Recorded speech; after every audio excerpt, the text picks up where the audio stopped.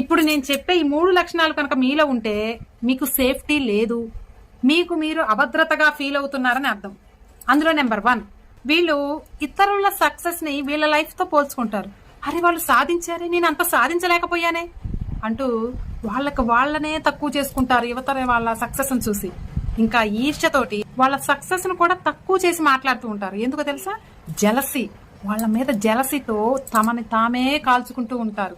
ఇది ఫస్ట్ లక్షణం. ఇక నెంబర్ 2 ఏంటో చెప్పనా? ప్రతి విషయాన్ని కూడా పర్సనల్ గా తీసుకుంటారు. అక్కడ వాళ్ళు వేరే టాపిక్ మాట్లాడుతున్నా, వేరే వాళ్ళ గురించి మాట్లాడుతున్నా సరే, అది నా గురించే, నన్నే అనుకుంటున్నారు అనుకుంటూ వాళ్ళే ఊహాగానం చేసుకుంటూ బాధపడుతూ కుంగిపోతూ ఉంటారు. ఇక నెంబర్ 3, వీళ్ళు విమర్శల్ని అస్సలు తట్టుకోలేరు.